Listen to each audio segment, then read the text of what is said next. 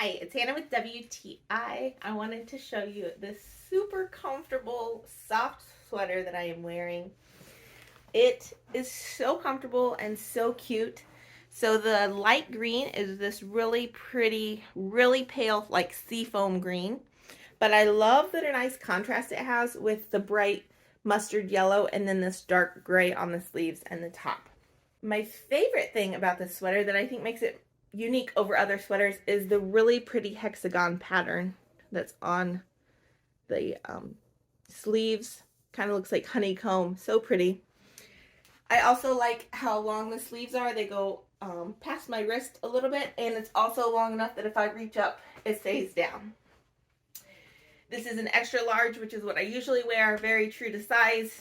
It is fitted, but not overly tight, which is perfect for me. I also like the collar, how it is kind of not as finished, and so it kind of has that cute little roll on the top and on the sleeves.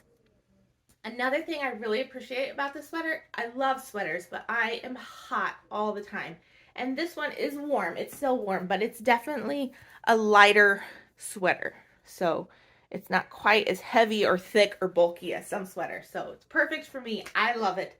And that's my point of view.